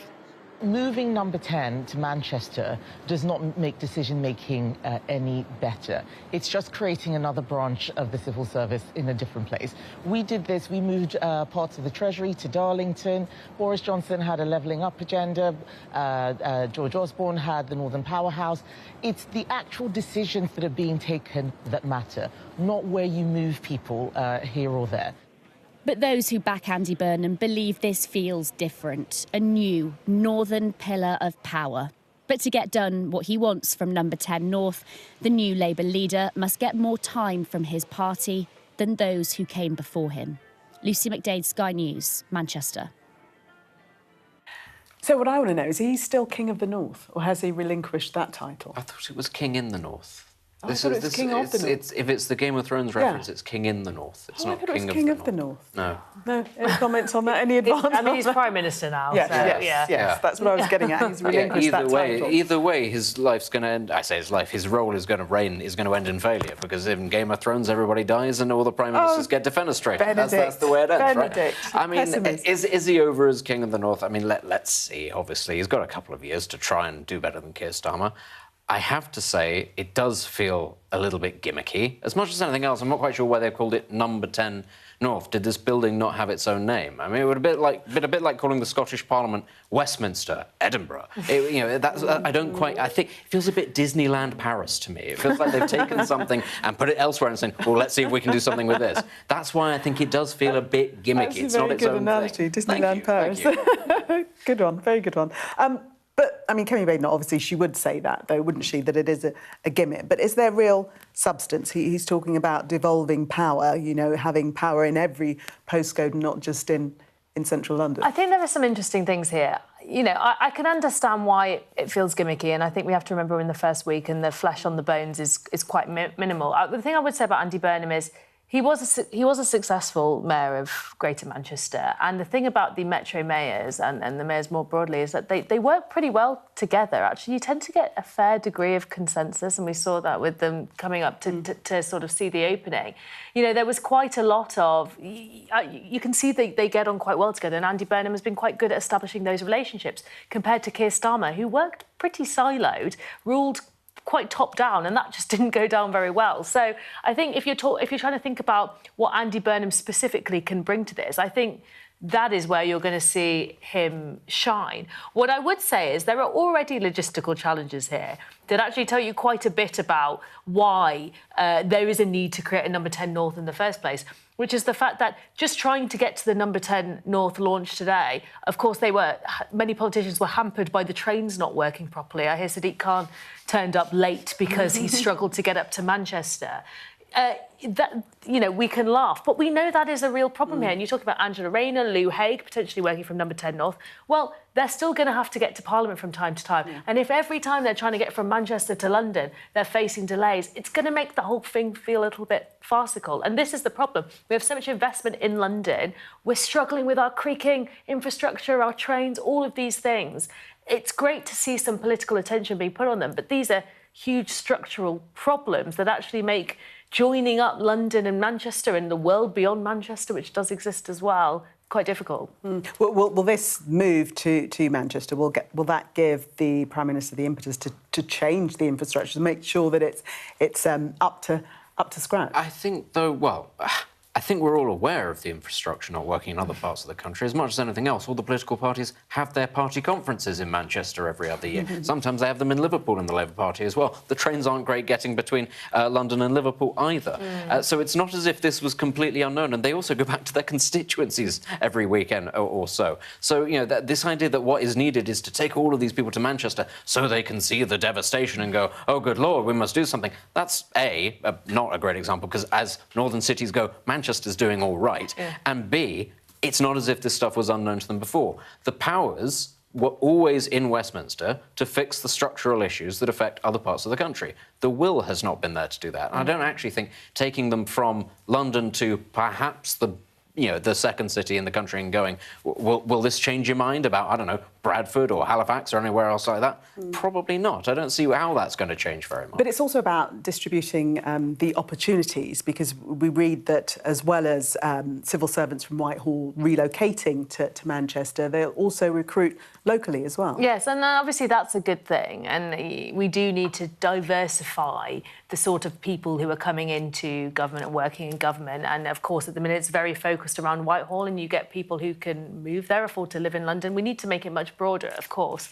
But, you know, it is all bigger and broader than that as well. And I think the real issue that Andy Burnham is going to face is just trying to... You know, I think at the minute, gimmicks are actually quite helpful. We had a gimmickless Prime Minister, and it did him no favours. No, he was the gimmick. He was the gimmick. The human rights lawyer gimmick. It really worked. You know, at this point, vibes are important. And I think that political will, just showing that he is serious enough that it's one of the first things he's going to announce. He's going to drag everyone up north. He's going to show people his favourite city. There is a world beyond Manchester. Of course, we need to remember that. But I think that does do him quite a lot of favours for now. A few months down the line, that is when it's going to get difficult, because actually, how do you share power? How do you keep getting people up to Manchester when the trains aren't running? All of these things, they sound silly now, they're going to be important. But for the first week, how much do you give him out of 10? Are we just basing this on what came before or in general? On what he's done this week.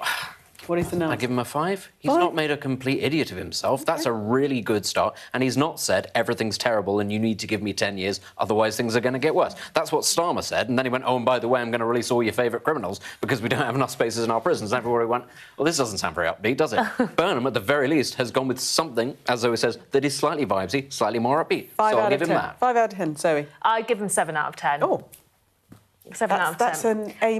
I've given him a little bit more, giving the speech outside Downing Street without the podium off the cuff. No notes. A little bit nervous, but I think it was a good... I think it just I think he's I think that's got The good vibes hit for you, The vibes, not for me. A positive start from both of you, a C+ and an A-. That'll do. Okay, good.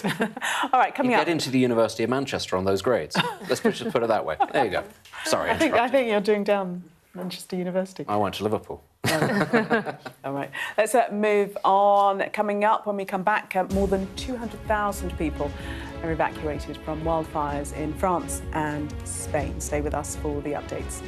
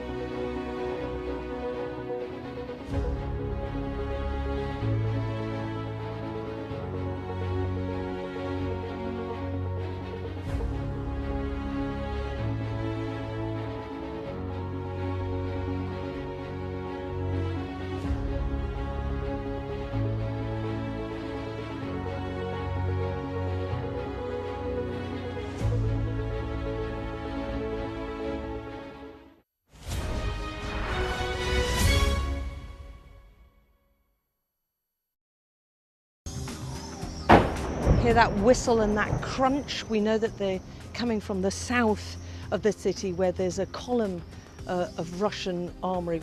I'm Alex Crawford and I'm Sky's special correspondent based in Istanbul. Look at that sheet of flames, and that has happened within minutes, and now it's coming from both sides, and it's moving this way.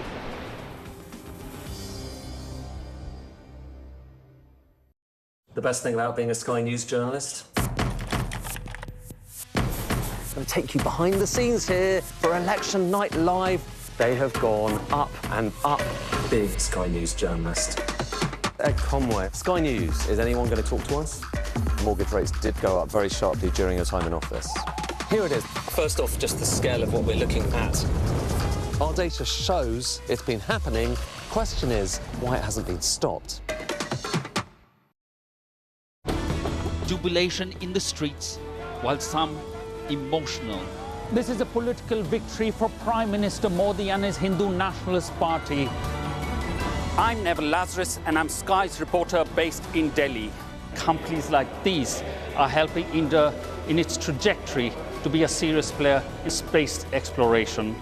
Sky News, get the full story first. Mass evacuations have taken place across France and Spain as wildfires sparked by the summer heat waves tear through parts of the countries. This evening, officials said that more than 200,000 people in southern France and central Spain had been forced to flee their homes. Well, the extreme temperatures seen on this map have resulted in a national emergency being declared in Spain. And in France, 2 fires are threatening a major tourist hotspot in the south of the country. Sadia Chowdhury reports. Residents have long gone. Left behind are their homes, businesses, and the Spanish Civil Guard. They've been tackling this and 2 other wildfires in southwest Madrid for days. Blazes that are being fanned by a heat wave that shows no signs of let-up. The Spanish government has declared a national emergency.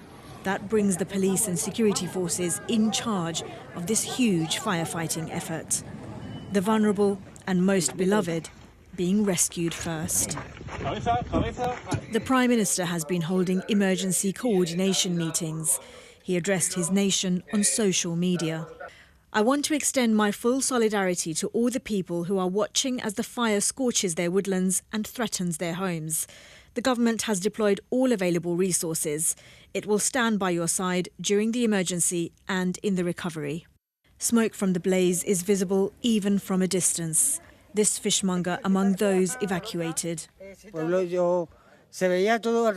All around the town was smoke and fire. I was scared. Everything was just fire and smoke. People were nervous. The elderly were walking one after the other. It makes you feel bad. Europe is the world's fastest warming continent. In southwest France, more than 34 square miles have already been burned. This fire raging since Wednesday. We were evacuated, I think it was around 2 a.m. The flames were behind the house, then they receded, and now, I don't know. I just don't know. We're just waiting for news. More mass evacuations on the Atlantic coast after 40,000 had already left.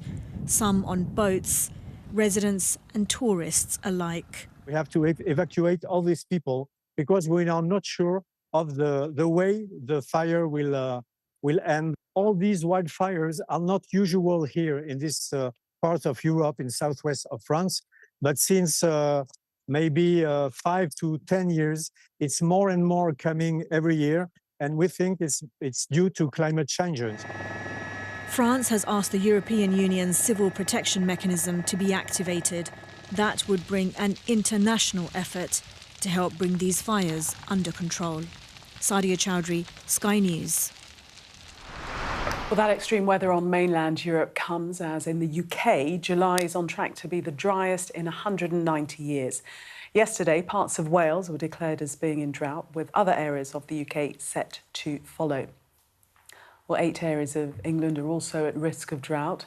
Thames Water, which serves more than 10 million customers, announced a hosepipe ban this week as it warned of increased demand with the extended period of hot weather.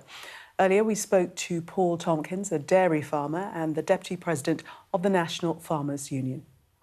I haven't seen rain on my farm for more than 4 weeks, but what that really means to food production is well demonstrated next to me. On one side, I've got a crop of wheat there. I've grabbed a bushel here to show you, and the size of the corns inside there are just smaller than we usually expect due to the fact that this hasn't had a sufficient drink.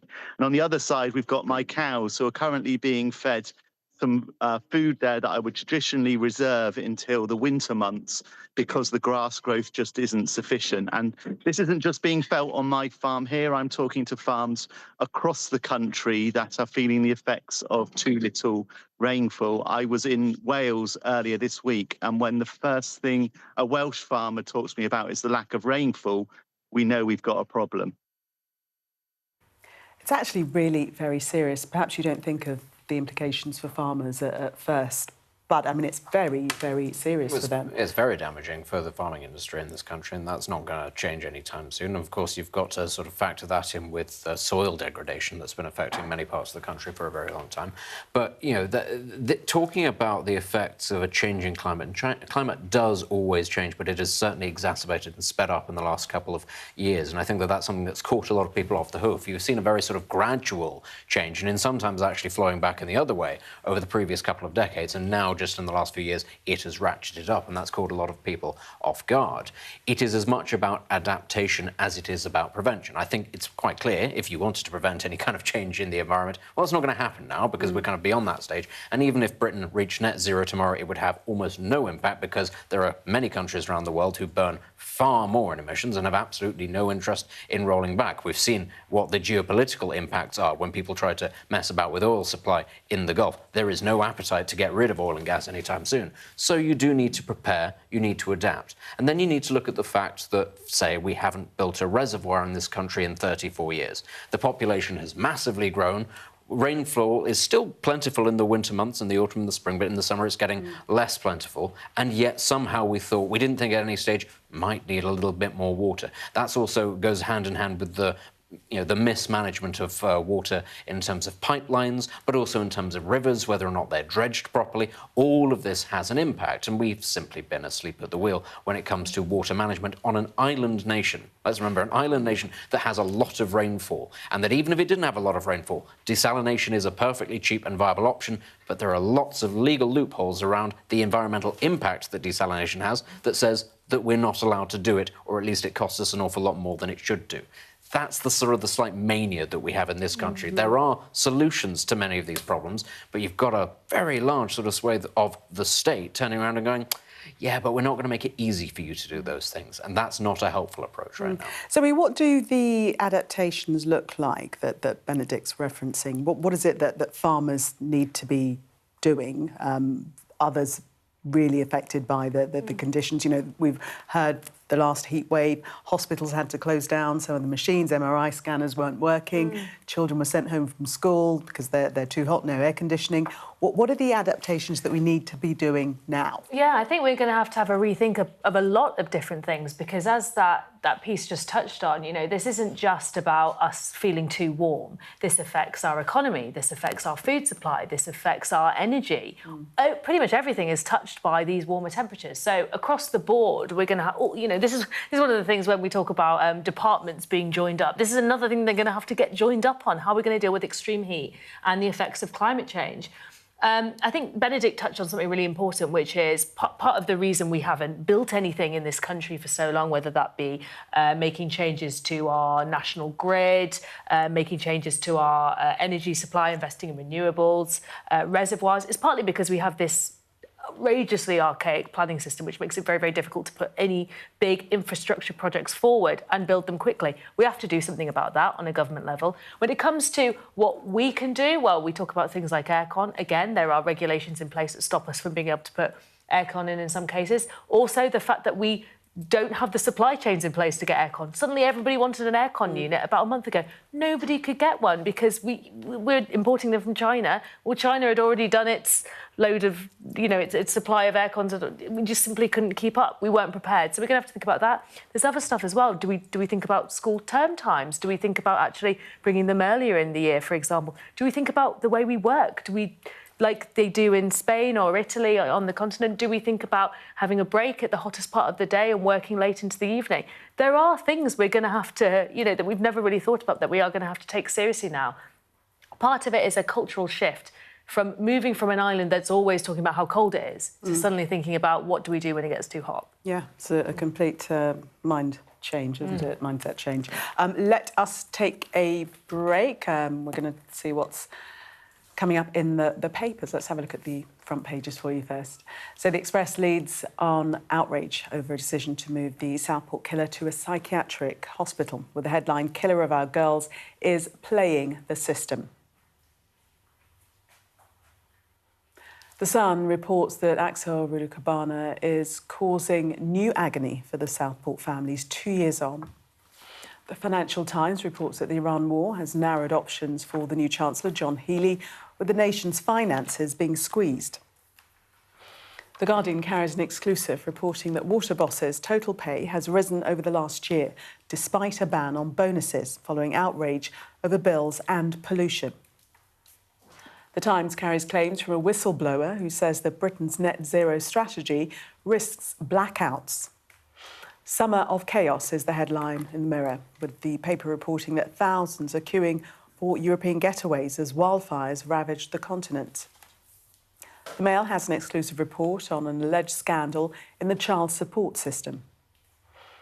The Telegraph has a report claiming that Iran is helping asylum seekers to cross the English Channel in exchange for favours to the regime once they're in Britain. And the Star has news of a setback in former Coronation Street star Tracy Shaw's cancer treatment.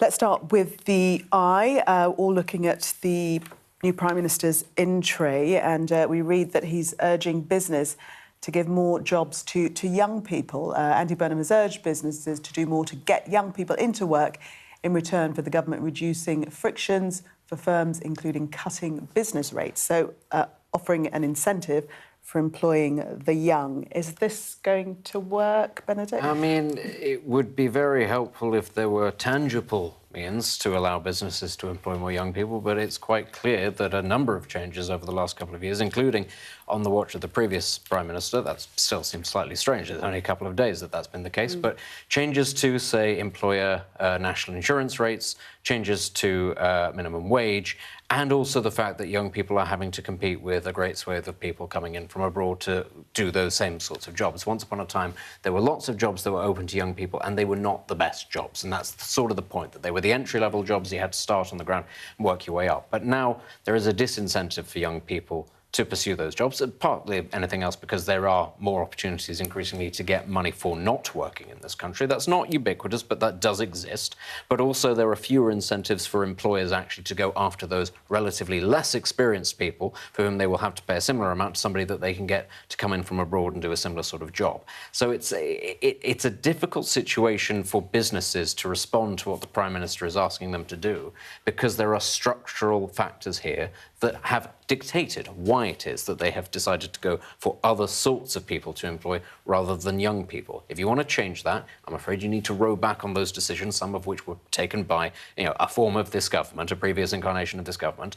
Then maybe you might start to see more younger people entering the workplace. But until you give them those financial incentives, why would a business do that? And the Prime Minister hasn't said whether any moves would partially reverse the rise in employer national insurance contributions, which would be the rub, really. But there's no commitment on that. No, so the MPs on the Work and Pensions Committee have called on the government to exempt employer national insurance contributions for under 25s. They've said that might, incentivise businesses to take a chance on young people. But I agree with Benedict to the extent that this is bigger than just trying to give a financial incentive to businesses. Actually, there are quite a few issues here. Part of it is in schooling, whether they are getting the right skills to take them into the workplace. Part of this is a mental health issue, the impact of COVID, but also just making sure that there are the resources in place to help young people with the pressures of modern day. It said in the Milburn Review, these kids aren't snowflakes. They're dealing with difficult things and we need to give them support. I'd also wrap in housing and wages into that. It's very difficult for young people to feel invested in a future that looks so out of reach. So there's lots of things here. You know what I would do if I were Andy Burnham? I would create something like a Secretary of State for young people. I'd put them in Cabinet and I would try and wrap all these issues into it. I think if he wants to take it that seriously, I think, again, vibes, symbolism, they can be helpful, but I really think this is something that crosses departments, and to join it all together takes leadership at the top. If that happens, we can say that you gave him the idea, can't we? Yes, it's on record now. That came from Zoe. After Susie Boniface said that she thought John Healey would end up being the Chancellor, the only person, that would be such a run of successful predictions. So we really need that to happen. He must be the only person who said that, because he certainly wasn't one. But John Healey might have predicted. John Healey. I forgot about that. He sat there watching on the TV going, whoa. Yeah, the two of them. Oh, it's on you now to see if this happens. Let's move to the Times, and Trump's tariffs may hit Britain harder than Brussels. These are the new tariffs that he's brought in, just as the old ones are on the way out. EU will have an all-inclusive deal for 10% on goods.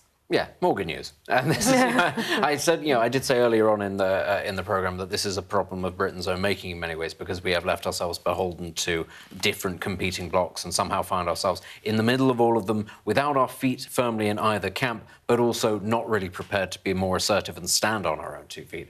And this is, I think, where you then see one of the weaknesses. Now, Britain does have advantages. It can be a lot more aggressive in pursuing certain industries when it's competing with the United States or with the EU, for instance, because both of these blocs, I say the United States like it's a bloc, it's a country, but you know what I mean. Both of them have certain areas where they have blind spots, certain industries that are massively over-regulated that the United Kingdom could choose to exploit and pursue, and it could, use that to leverage this sort of situation that way. But up until this moment in time, we haven't really done that with Europe. We haven't really wanted to upset Brussels beyond what already happened with Brexit, and we certainly haven't wanted to aggravate Donald Trump more than we already have. It doesn't take much to aggravate him. This was a difficult balancing act that Keir Starmer tried to strike.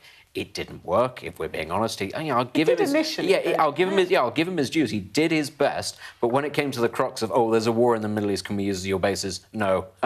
well, then the friendship's off the table. And Burnham's sort of coming into this situation. He doesn't have a rapport with Trump. Trump's already been rude to him. He's rude to everybody, but still, it's not an auspicious start, is what I'd say. And I would also say Andy Burnham probably isn't focused on that right now because he's just moving everybody up north. So, yeah, moving vans are more important.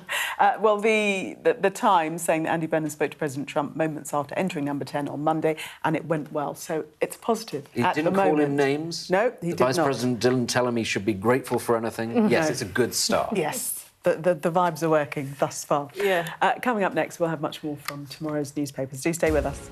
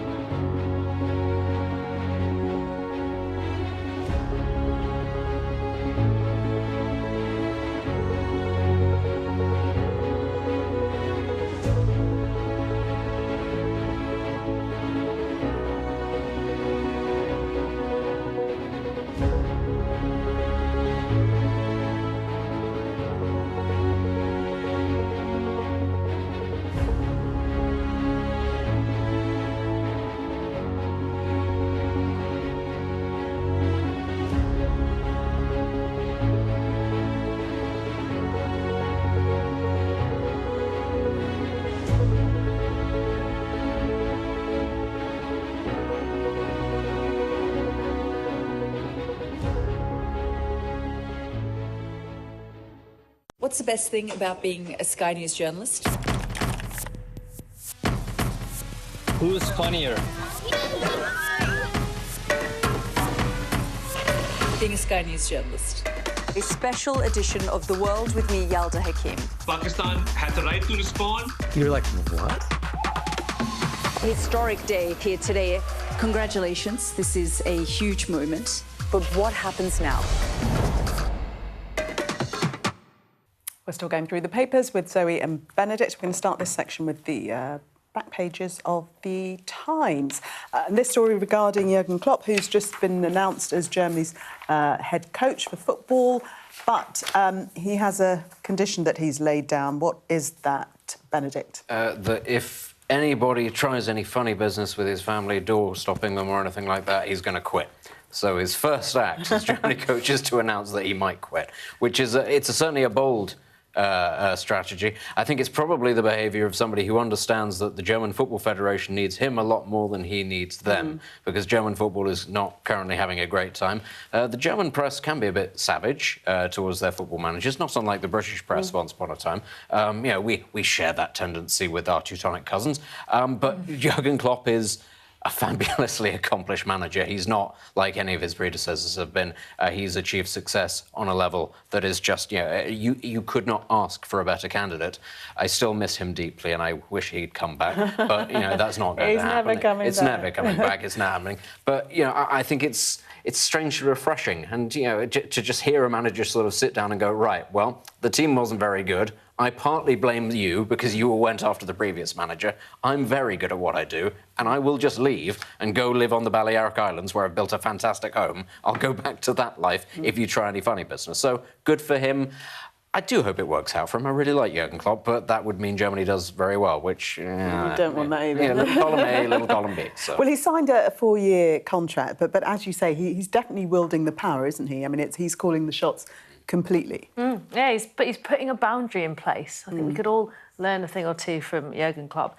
And that is probably about as much of my football knowledge we're going to get. But, you know, go Klopp. Go Klopp. We'll go with that. We'll go with that. But, I mean, very important that he has set that kind of boundary. And I think now that he has...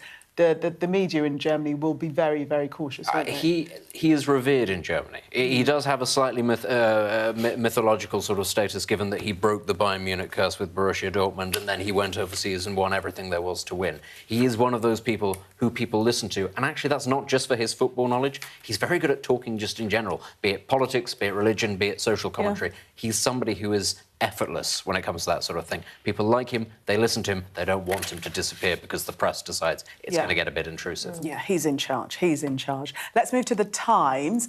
Now, would you pay £14,000 for a subterranean larder? Now, I'm going to name it as an underground fridge, which is what it looks like to me. Why is my big question. Well, first and foremost, I'd like to know, could anybody give me £14,000 to make the choice? Then I'll let you know whether or not I feel like doing it. Is this supposed to be because it's cooler?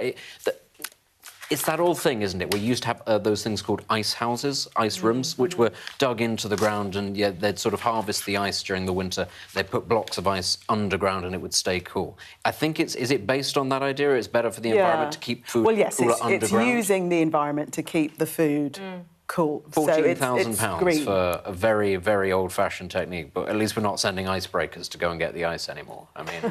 My favourite quote in here is one of the distributors saying, it's clearly not for everybody. They don't have £14,000 or a garden to install it. I think they might be onto something. But, you know, I think we've just been talking about how we're gonna adapt to climate change. Well, maybe this is one of the things. Yeah. Maybe it doubles up as an Anderson shelter if things get heated with the Russians. I don't know. They might have other uses. Maybe we're all going to become subterranean. I think you've spotted another gap in the market, which would make it worth the £14,000. Oh no, I'm adding an extra 4K onto that. You want an extra layer of aluminium on top to stop any fallout. Yeah, absolutely. You want the deluxe version, the non-nuclear Russian warhead version. That's going to cost you more.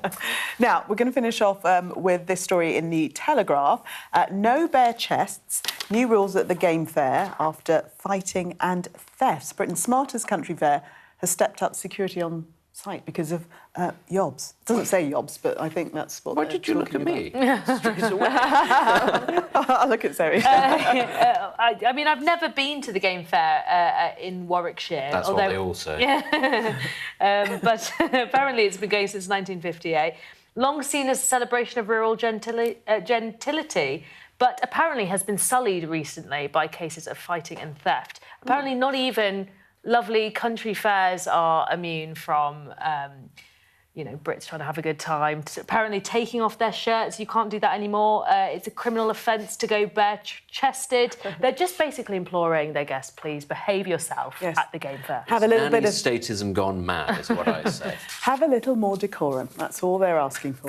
Thank you both, Zoe and Benedict, for taking us through the papers. Good to see you. When we come back, Ben Stokes continues his great run of form following his international retirement.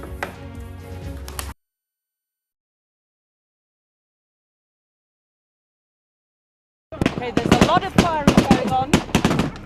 Can you explain to me why? We're journalists, sir.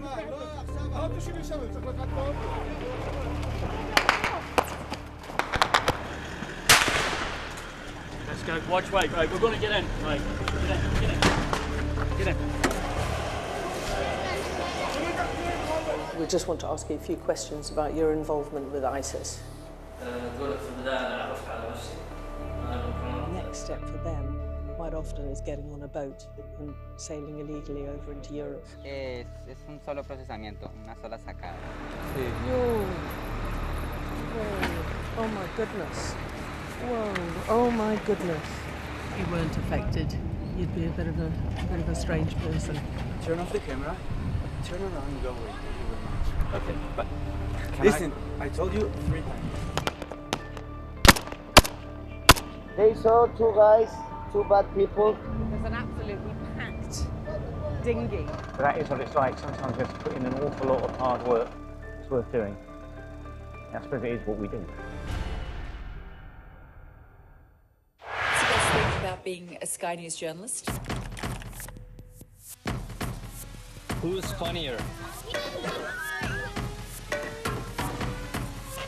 Being a Sky News journalist. A special edition of The World with me, Yalda Hakim. Pakistan had the right to respond. You're like, what? Historic day here today. Congratulations, this is a huge moment. But what happens now?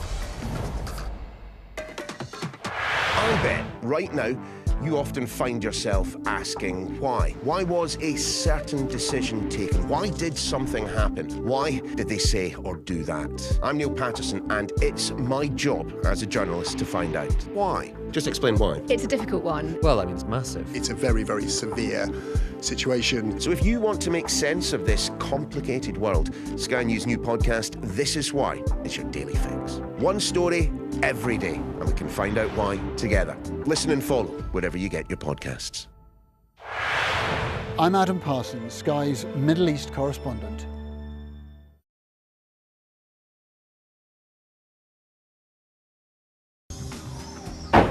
Hear that whistle and that crunch? We know that they're coming from the south of the city where there's a column of Russian armoury.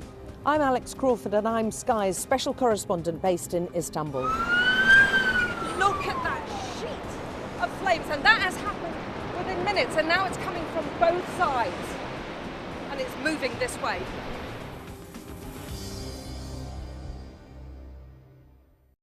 The best thing about being a Sky News journalist?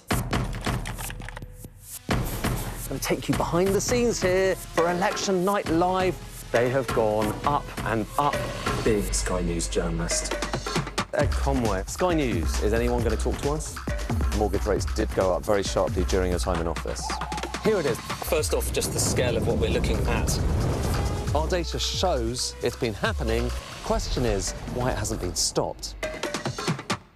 Time now to catch up with all of the very latest sports news with Harriet.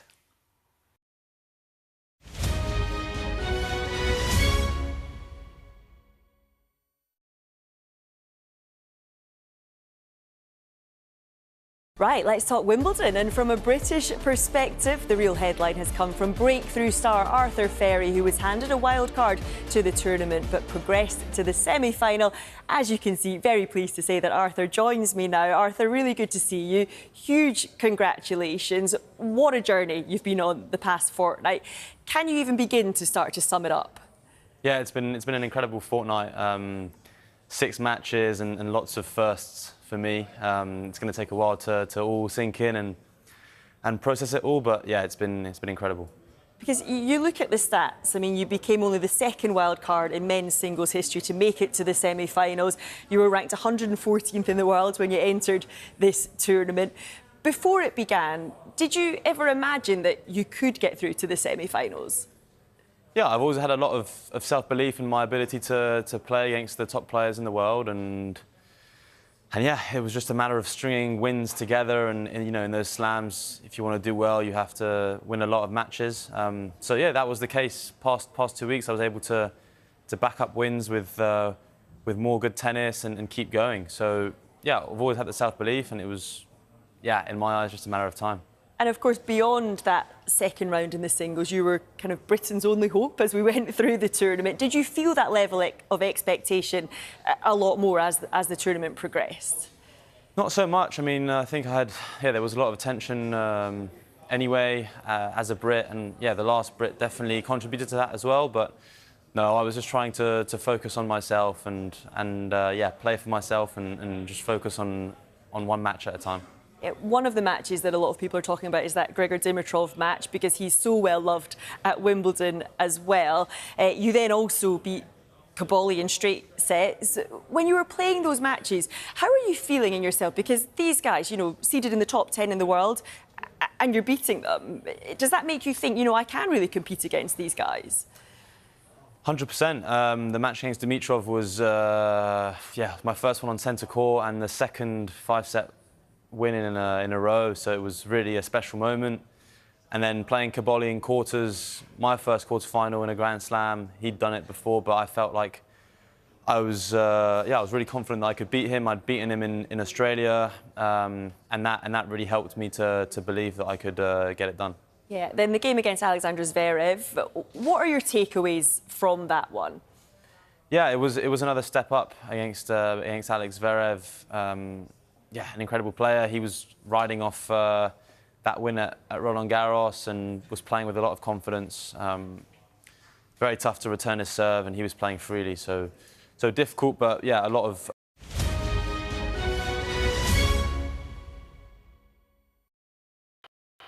Well, that was the wrap. Thank you so much for watching. All the top stories coming up right here on Sky News. Next with Anila.